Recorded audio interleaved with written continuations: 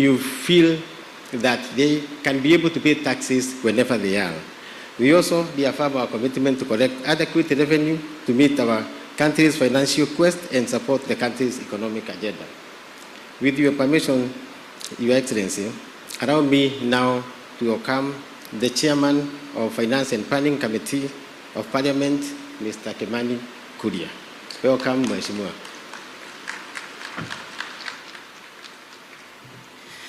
Thank you, Mr. Chairman. Your Excellency, the President of the Republic of Kenya, Your Excellency, the Deputy President, Your Excellency, the Prime Cabinet Secretary, distinguished guests, ladies and gentlemen, this is a great day for the taxpayer of this country. I need to realize that the sweat and the sacrifice they make for their republic goes towards development of this republic. Your Excellency, I know the reports around our media houses have said that Kenya Revenue Authority missed their target by 79 billion shillings. But most importantly, Your Excellency, is that KRA surpassed their first quarter generation of taxes by 45 billion shillings, equivalent to 8.4% increase in revenue growth. And this is truly recommendable.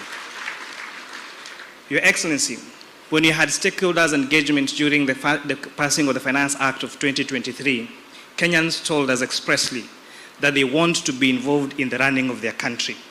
They want to be involved in how their taxes are being paid. In these last few weeks, Honorable Your Excellency, we've seen Kenyans coming to us and telling us ways of raising even additional revenues.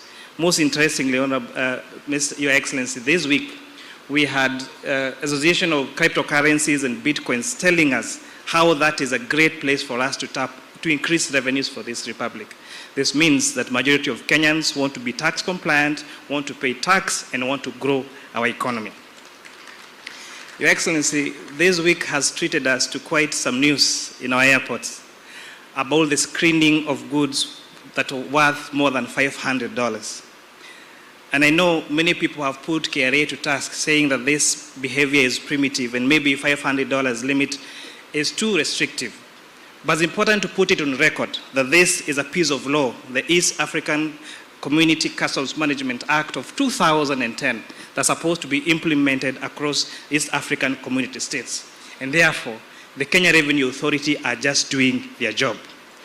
However, Your Excellency, it's very important to recognize that if we have a restrictive environment that goes against your message out there that Kenya is open to do business, that we can come here visa-free and do business for the Republic of Kenya, maybe those people might choose to go to other countries, or our brothers, the hardworking brothers and sisters in the diaspora who bring so much money in terms of remittances might not feel so much happy to come back home. And therefore, Honorable Your Excellency, now I'm used to speaking in Parliament, that's why it's usually Honorable Speaker. So Your Excellency, with consultation with the leadership of the National Assembly, we are reviewing this act with the remarks of Kenyans so that we make our entry points into the airport more friendly, more accommodative, so that we make Kenya the country that you're marketing out there, the best destination in the world. And therefore, Your Excellency, we'd like to really thank you for the leadership that you've given us, because I truly believe as a young person, we are not truly independent until we are able to self-finance ourselves and our budgets.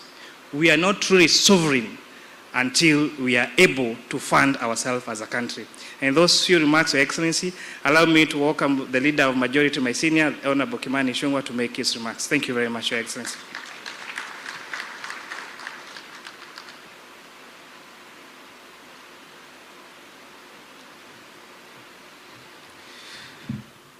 Thank you, Chairman Kimani, Your Excellency the President, our Deputy President, the Prime Cabinet Secretaries, and all protocols observed.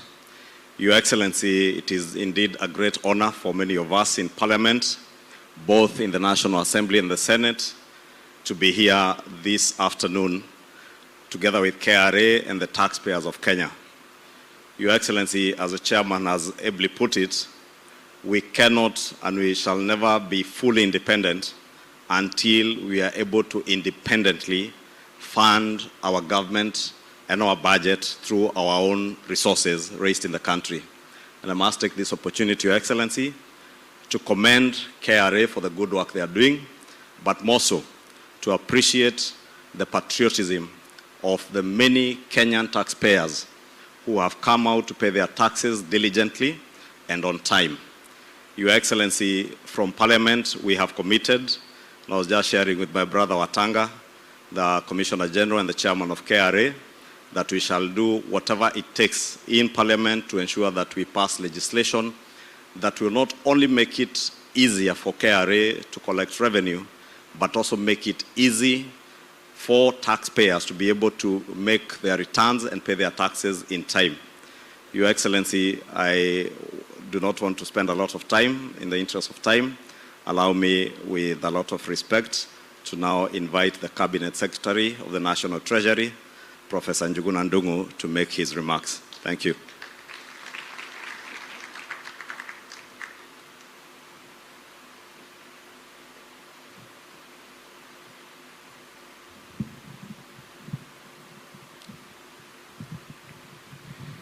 Your Excellency, Dr. William Samoei Ruto, President and Commander-in-Chief of the Defense Forces of the Republic of Kenya, His Excellency, Honorable Rigathi Gachagua, the Deputy President of the Republic of Kenya, His Excellency, the Prime Cabinet Secretary, Honorable Musalia Mudavadi, my fellow Cabinet Secretaries, the Principal Secretaries here present, Chairman and Chairman of the Board of Directors of Kenya Revenue Authority, and the Commissioner General of the Kenya Revenue Authority, members of staff of KRA, distinguished taxpayers, good afternoon. Your Excellency, it is indeed a great privilege to us that you have created time to preside over the 2023 National Taxpayers Day as we honor our distinguished taxpayers today. Your presence today is a strong testament of the value and even importance you and your government have attached to the taxpayers, especially to those exceptional individuals and businesses that diligently honor their tax obligations. Your Excellency, today marks the culmination of 2023 Taxpayers Month celebrations, a series of events and even activities designed to engage with all taxpayers have actually been accomplished. These initiatives aim to reflect on innovative ways to revitalize our tax administration by adapting to the ever-evolving tax landscape and even the dynamics in the economy. We acknowledge that any country's sustainability and economic growth depends on its ability to generate revenues to finance development. The importance of domestic resource mobilization as a key driver of the development agenda is thus well established. Your Excellency, in recent years, the country has faced significant economic challenges from a series of devastating negative shocks that have led to a prolonged economic recession as well as inflation challenges. However, despite these challenges, we have witnessed positive signs of economic vibrancy. The economic vibrancy is evident in the improved revenue performance. I wish, therefore, to take this opportunity to appreciate the taxpayers for their resilience and contribution towards this achievement. I also appreciate the board and the management of the Kenya Revenue Authority for their selfless dedication and continued commitment to their mandate, even in the face of turbulent socio-economic times. We shall continue working together and intensify our revenue mobilization quest that will ensure that we adequately finance the country's budget and support the government's bottom-up economic transformation agenda better for a sustained economic recovery and a sustained economic vibrancy. Your Excellency, domestic resource mobilization remains a major source of long-term financing for sustainable development across the world. In order to address this, a number of countries have embarked on the development of a strong framework for guiding tax reforms to enhance domestic resource revenue mobilization. In this respect, the National Treasury and the Kenya Revenue Authority, with the support of development partners and bilaterals, have embarked on the development of the medium-term revenue strategy to enhance domestic revenue mobilization over the medium term. The strategy will guide tax administration to improve efficiency in the administration of tax laws, create tax rates that will enhance compliance and build a tax base. The strategy is expected to strengthen the policy dimension towards fiscal consolidation process with a target to achieve the East African Community Convergence criteria of fiscal deficit of 3% of GDP. Your Excellency, as I conclude, allow me to refer to the media reports that my chairman of Finance and Planning in Parliament has also alluded to, that the government has introduced more taxes and targets to charge additional taxes on personal effects of traveling passengers and visitors at the point of entry. Your Excellency, we have a formal process through which we effect changes to the tax registrations, usually through the finance bill. The last time we made any changes in the tax bill, in the tax system was in June 2023 through the finance bill that took effect from July 1st. And that is what we are implementing so far. I therefore wish to assure our visitors and all travelers to this country that no new taxes have been introduced and that the process of our entry points is smooth and diplomatic, and the customs officers of the KRA have been instructed to ensure this remains the process that is also seamless and should not mishandle our visitors and travelers. Your Excellency, that is a position that we want to make sure that we clarify. Your Excellency, with your permission, allow me to invite His Excellency Honorable Rigathi Gachagua, the Deputy President of the Republic of Kenya, to make his remarks and invite Your Excellency to address our distinguished taxpayers. Welcome, Your Excellency.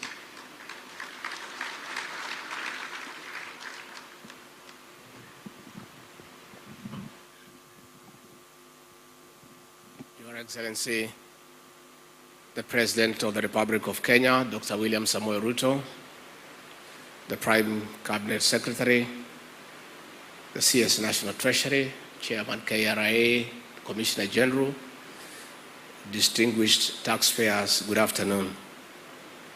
Your Excellency, before I say one or two things and then invite you to talk to these great people, let me introduce the Cabinet colleagues who are here, starting with the Honorable Musalia Mudavadi, the Prime Cabinet Secretary. Pigieni makofi.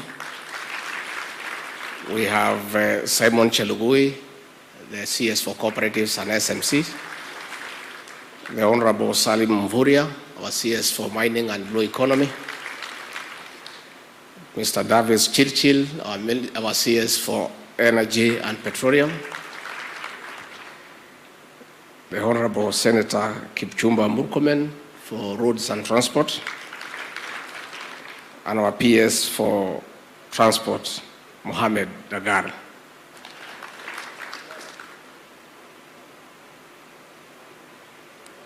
Who is there?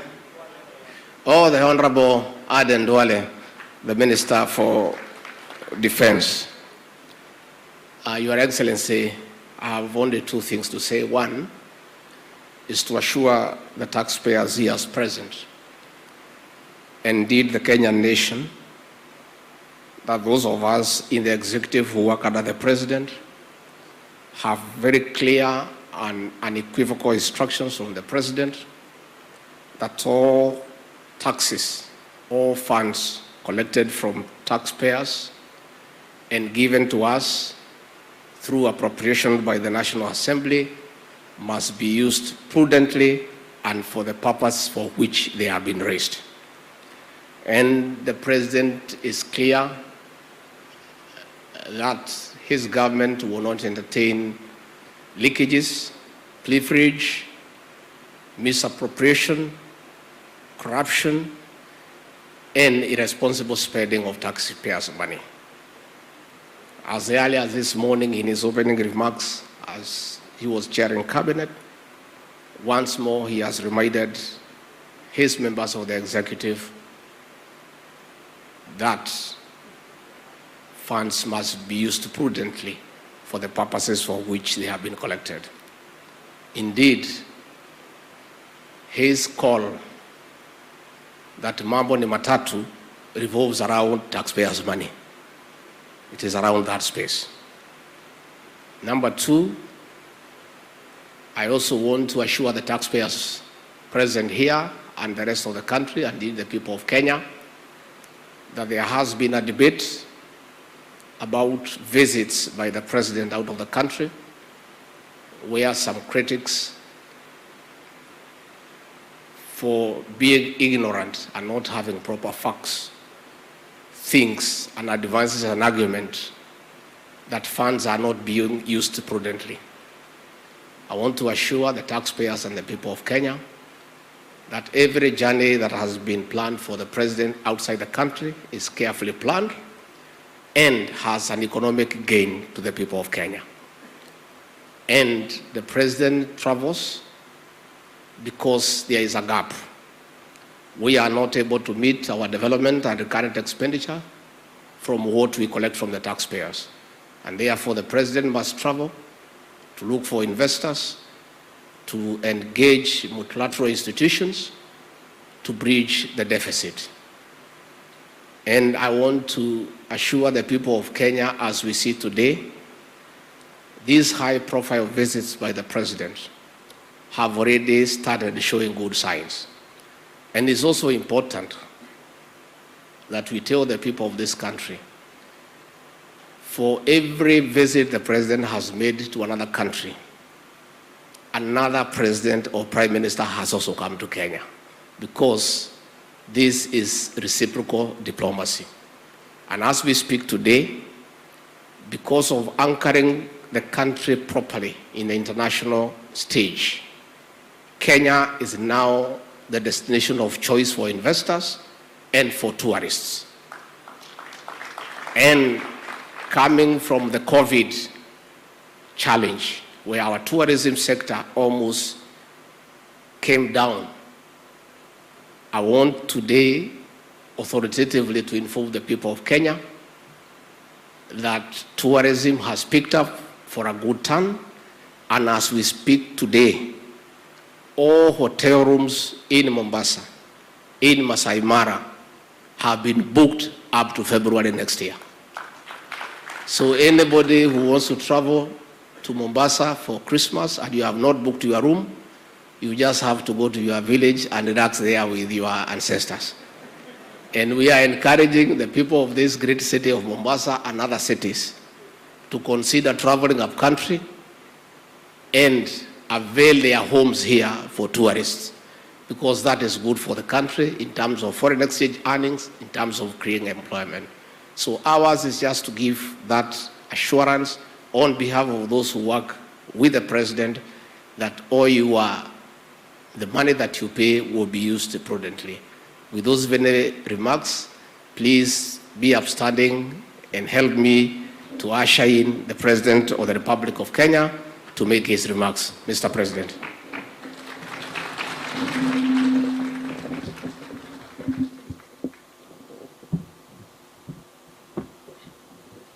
Please, let's take our seats. Asante sana.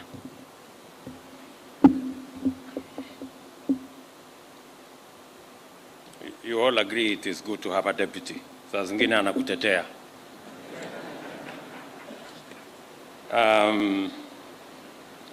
Distinguished taxpayers, I am very happy to be with you as we celebrate this year's National Taxpayers Day, a very unique and special moment in our national calendar, whose significance needs to be fully appreciated by those of us in this room, the many taxpayers across Kenya, and every Kenyan for that matter. This occasion is not intended to focus on the success of the National Revenue Administration body in performing its constitutional and statutory function, because in any case, that is their responsibility. Rather, this day is special because as a nation, we are taking the moment to appreciate exemplary individual and corporate citizens for their patriotism and commitment to the performance of their civic obligation to pay tax in our country. Our economy has been navigating unprecedented turbulence for a while now due to factors beyond our control, including devastating shocks emanating from geopolitical as well as extreme climate events, a pandemic, and recession in between, which cumulatively led to the lower performance and high inflation. What stands out as extraordinary development is that even during this period of serious difficulty, our revenue performance continues on the path of growth, indicating that our economy is demonstrating enormous resilience. This shows that Kenyan workers and enterprises remained hardworking and dedicated, and that our taxpayers did not use global and local economic challenges as an excuse to evade the performance of their fundamental duty. It also shows that Kenyan taxpayers defied many expectations, not just to survive, but to thrive and enhance their contribution to national development. This, ladies and gentlemen, is why we are here to celebrate. There are many who would have created all manner of excuses not to contribute and not to live up to their obligations, but they chose to do the right thing. And that is why we are here to celebrate all the taxpayers, small and big, individual and corporate, today. A year ago, I announced the beginning of a new era in our national economic governance and management, which required us to live within our means and invest in production and productivity. I also declared that the National Tax Administration mechanism had to change and become more facilitative, service-oriented, and supportive of compliant taxpayers. The best way of supporting compliant taxpayers is by engaging them in positive and affirmative ways, which make it easier and simpler for them to remit taxes, and by expanding the tax base through the registration and facilitation of more eligible taxpayers to enhance burden sharing. Events like the National Taxpayers Week are essential to the achievement of the taxpayer engagement objectives if they are not treated as mere annual rituals, and are undertaken with a measure of meaningful positive interaction between the Kenya Revenue Authority and their clients, all of us who are taxpayers. As I announced at the last National Taxpayers Day, the time has come for the Kenya Revenue Authority to undertake a comprehensive culture change to make it aligned with the revenue mobilization imperatives of a new constitutional dispensation, governing platform, and strategic realities, and of course, the economic conditions under which we live.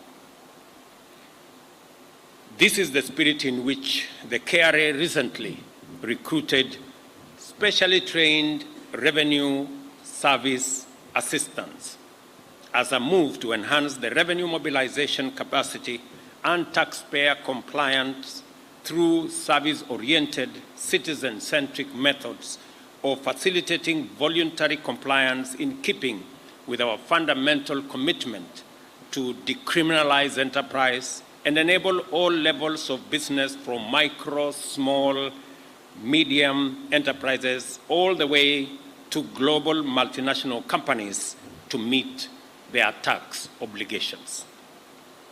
The KRA must therefore continuously demonstrate a singular commitment to new service-oriented values and signal a departure from the abuses and excesses of previous times, which only served to elicit resentment and encourage evasion while facilitating wastage, sometimes even theft, embezzlement, and other corrupt activities.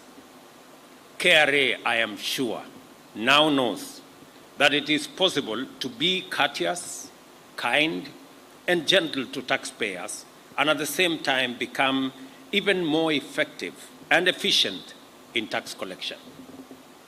I am sure they know that. This applies to all persons in public authority when dealing with members of the public, all of us who have public authority. What is required is the exercise of greater imagination, commitment to national values and principles of governance, and the use of technology and innovation to improve service delivery. And I note with appreciation that the KRA has been undertaking reforms in this direction, which include the use of technology to integrate the taxpayer revenue administration systems to all real-time and automatic exchange of actionable data. And I want to commend what has been achieved in this space between the KRA and all the other people in between. Our decision to significantly enhance efficiency and integrity in the provision of public services to citizens by digitizing over 13,000 government services has gone a long way to enhance revenue performance. Monthly revenues, for example, from fees have already risen to about 8 billion from 2 billion monthly, an increase of close to 400% on the e-citizen platform. As we can all see, the interventions leading to improved performance are efficiency, integrity, and it is also service-oriented.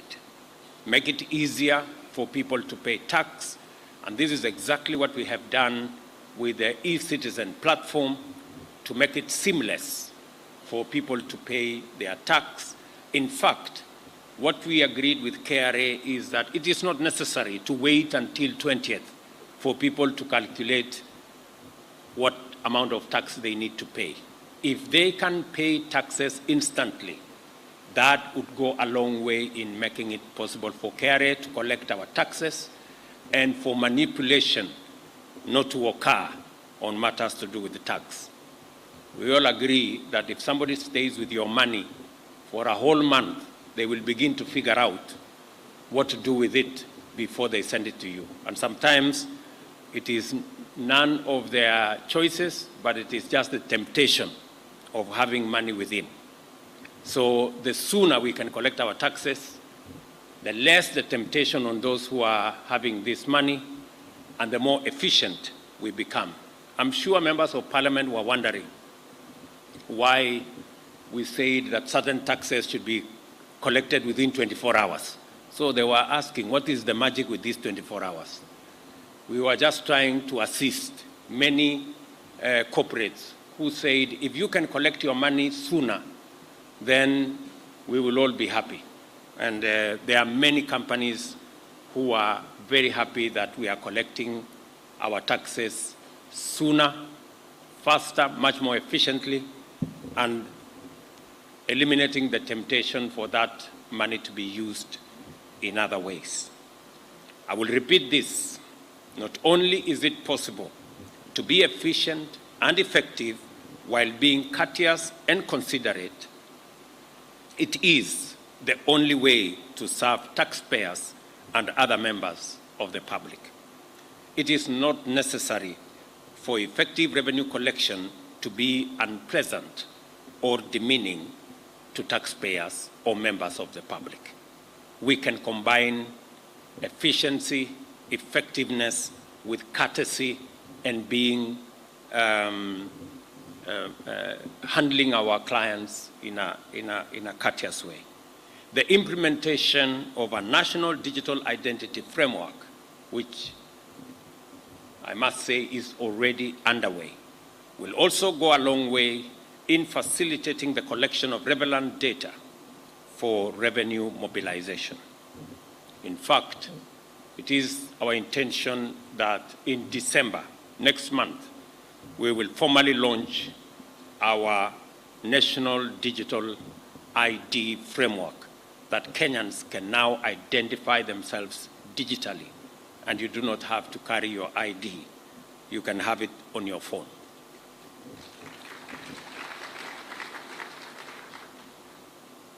I recognize the cardinal obligation of government to utilize all revenues prudently and efficiently in the service of our citizens. This commitment stands, and we are committed to do so with maximum transparency and maximum accountability.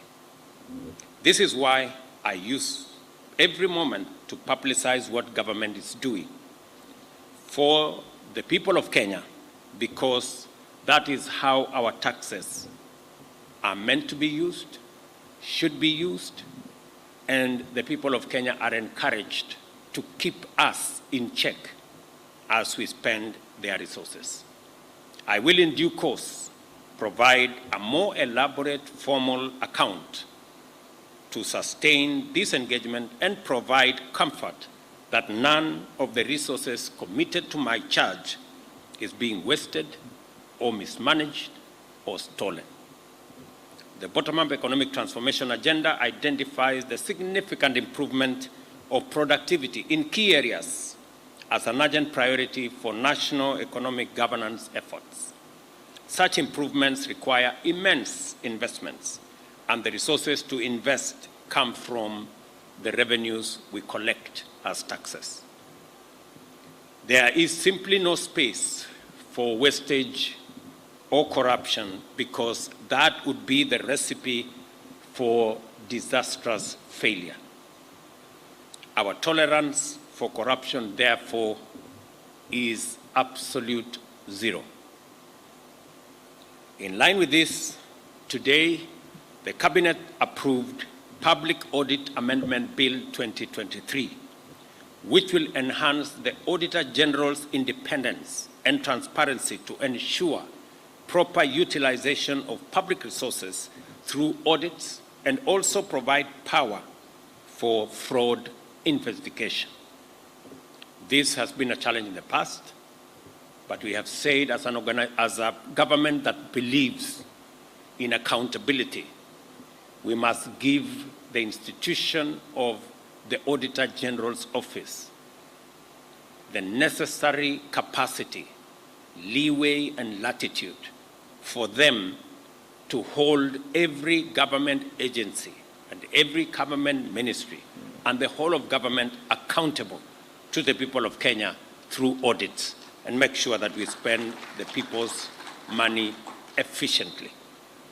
It is important that our government, or that as government, we communicate this commitment clearly, because the citizens and taxpayers deserve to know it as a matter of right.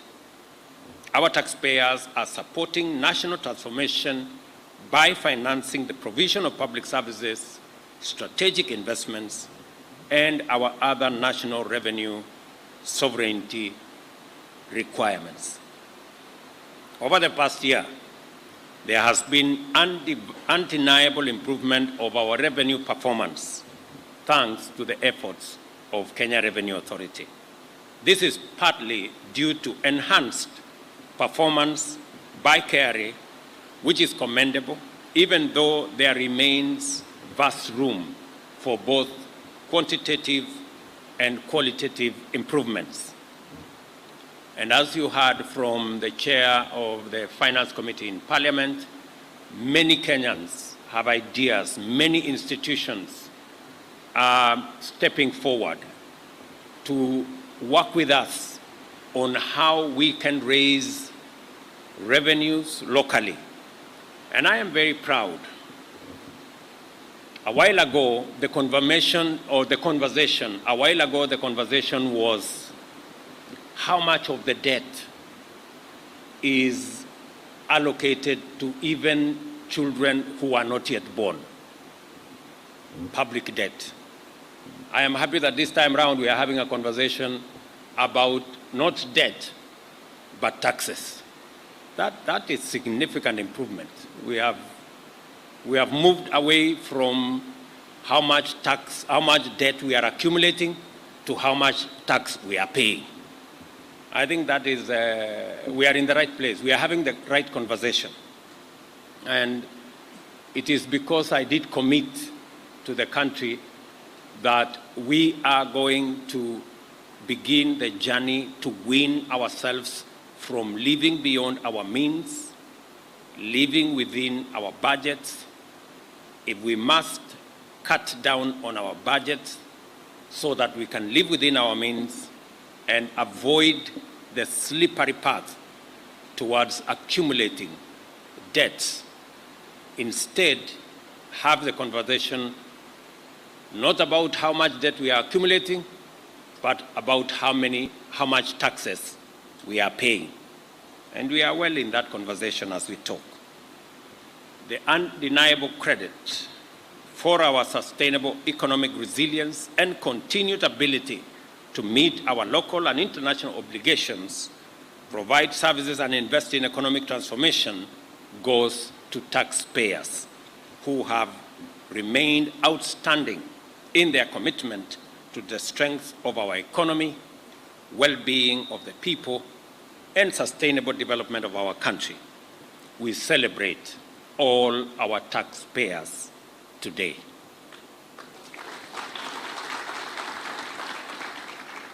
I know we will celebrate those who have done very well, but we must also celebrate all those who have made their contribution to where we are today. I urge all Kenyans to respect and honor those amongst us who perform their part in supporting national development by voluntarily paying their taxes, and encourage those who have not to register and obtain KRA personal identification numbers and join the ranks of our patriotic mashujaa who keep the wheels of our development in motion by paying their part of taxes. As always, I remain committed to lead from the front on this matter of great national importance, to pay my taxes when they fall due and submit my tax return on time as is required. I will continue to lead from the front and expect everybody to walk in that journey. I must also commend all the actors in this space. I know, for example, in the education sector, we have made a huge commitment. In fact, because of the centrality of education as an equalizer, and because of the importance of our human capital as the biggest resource, most important resource we have as a nation, we have focused extensively on funding education. If you compare last year, the education budget last year was 545 billion. This year, including what we have factored in the supplementary that is now in Parliament, it is improving from 545 billion to 690 billion. A whole 145 billion additional money for our education. And this is deliberate.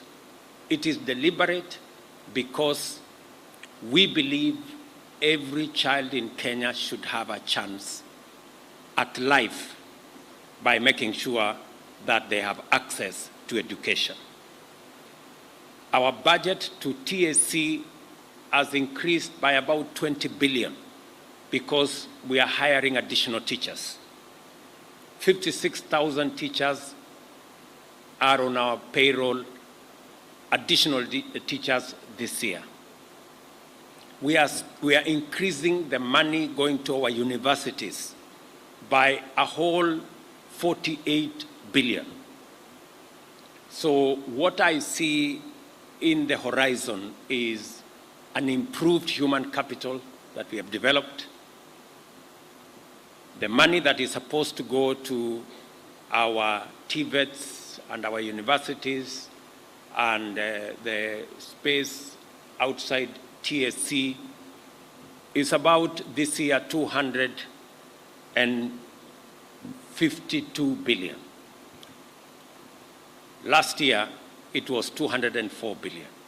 So in just that space, we are increasing by 48 billion that is going to go into that space. And already, contrary to reports all over the place, we have released 62 billion out of that 252 billion. And I want to commit to the country that we are committed, we are serious, we are determined to make sure that we fund our education appropriately, contrary to what we have seen in the past, where universities were languishing in debt and were completely unable to deliver on their mandate. The Ministry of Education, the Ministry of Finance will ensure that we educate all our children. It is a commitment that we have made. It is a commitment we intend to keep. I want to congratulate all the exemplary taxpayers who have been recognized under various categories. Your work is admirable and your contribution historic and transformative. Well done to all of you who are being recognized today. Keep it up, and let us see you again next year performing better. And for those of us who are not in this category, let us strive so that we're in this category next year. I want to ask KRA to think about the scripture. There was a lady who gave an offering of, I think it was 2 cents. And Jesus said she had given the most because she gave everything she had.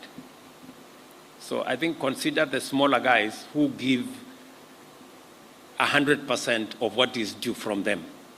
It may be small, but they have done 100% of what is due from them. Maybe these big boys, maybe they are doing 80% of what is due. I'm not saying that's the case. I'm just saying maybe, I'm just making a proposition. So let's look at the small people also who meet their obligation and give 100% of their taxes. Let me encourage all of us that what KRA is doing is not about KRA, it's about us. It is our responsibility, all of us as Kenyans, to make sure that each one of us pays tax. I got a very interesting message yesterday from a patriotic Kenyan, and I sent it to the Commissioner General of KRA yesterday. Si ulipata bwana Watanga, you know, about a Kenyan who is saying, look, there is this company here who don't pay tax and they threaten people because there are some big people, it belongs to some senior guys. And so I sent the contact to the KRA CG, and I told him, however big, however senior, however powerful the owners of that company, they must pay tax like all other Kenyans. And that nobody should threaten KRA using their positions, using their connections, using their power for them to avoid paying tax. We must all pay tax. And once we are paid tax, let us demand from government that our taxes are used in the proper manner. They are not stolen, they are not corruptly used, they are used in the proper manner. I am really looking for that day when we all pay tax and demand from government that that tax is used properly. We have given a target to KRA of 3 trillion this year. I know it is achievable. I know it's doable. And next year, I know we can do 4 trillion.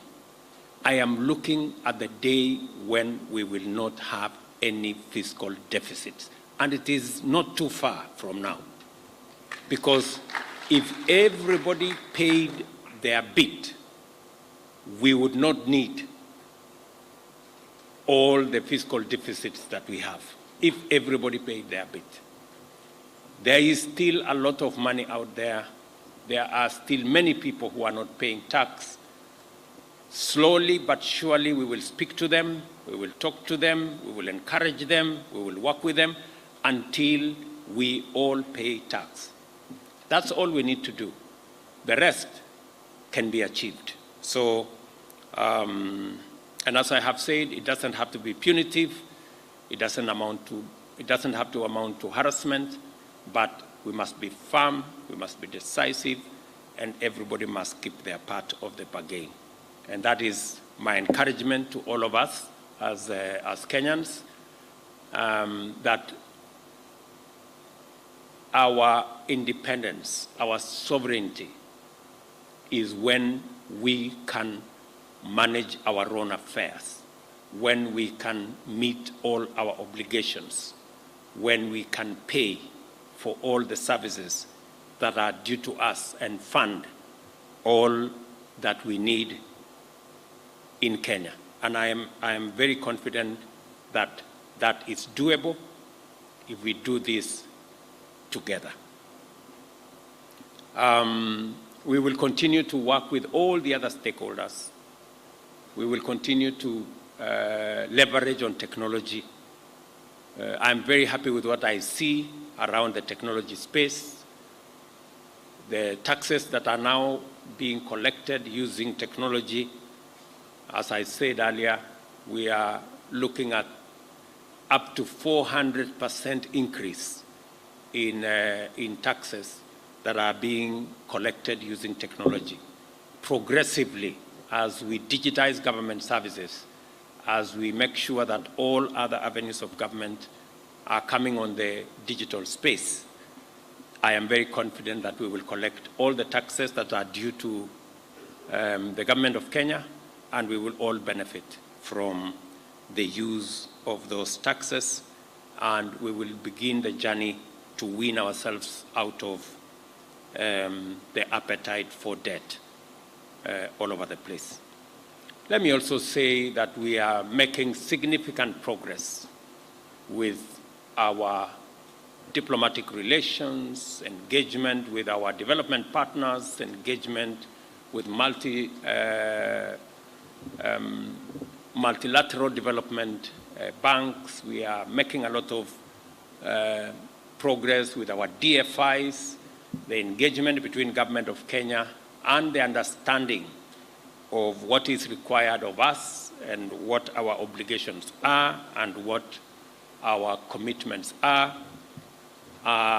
very progressive. I want to commend Treasury for leading the way, working with our multilateral development partners, working with our bilateral development partners to make sure that we secure the interests of Kenya and make sure that we are pushing on our progress.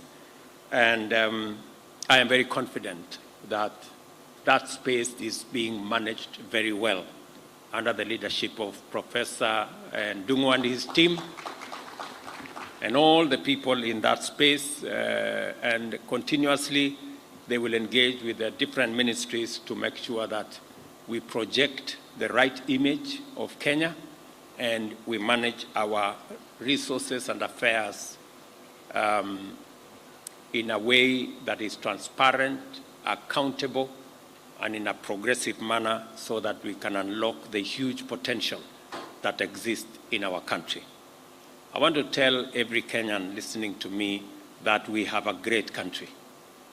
And this country is going to go places. I am very confident we are going to transform Kenya into a country where all of us will feel confident and all of us will be proud to be Kenyan. That is the commitment that I make to everybody here. And each and every one of us, as I said yesterday, must pull their weight. There are opportunities out there. There are opportunities we are rolling out. We want every Kenyan to calibrate their place, make their contribution,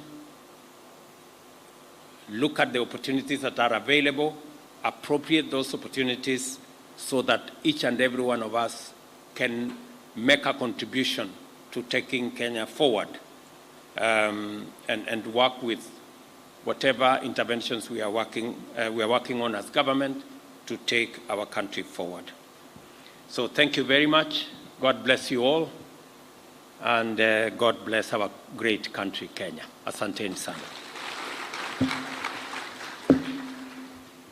Thank you very much, Your Excellency. One more round of applause for His Excellency.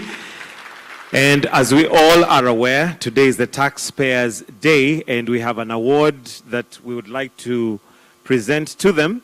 And at this point, Your Excellency, with your permission, I'll invite Angeline Mutua, who's the Chief Manager HR, who is going to read out the awardees, and then they will, just join us on stage to receive. At this point, yes, we may take our seats. Allow me to also just invite the Commissioner General, the Chair, CS Ndungu, the Prime Cabinet Secretary, and the Deputy President to just be witnesses as they receive their award. So how we're going to do this is we'll have the awardees come, receive the award, then come on this side, we'll finish off with the photos. So I'll now hand over to Angeline Mutua, who's Chief Manager HR, to read them out as they proceed to come. Welcome. Thank you very much. Your Excellency, the President, the following taxpayers are presented for the Presidential Distinguished Taxpayers Award for the financial year 2023-2024. Top Tax Club.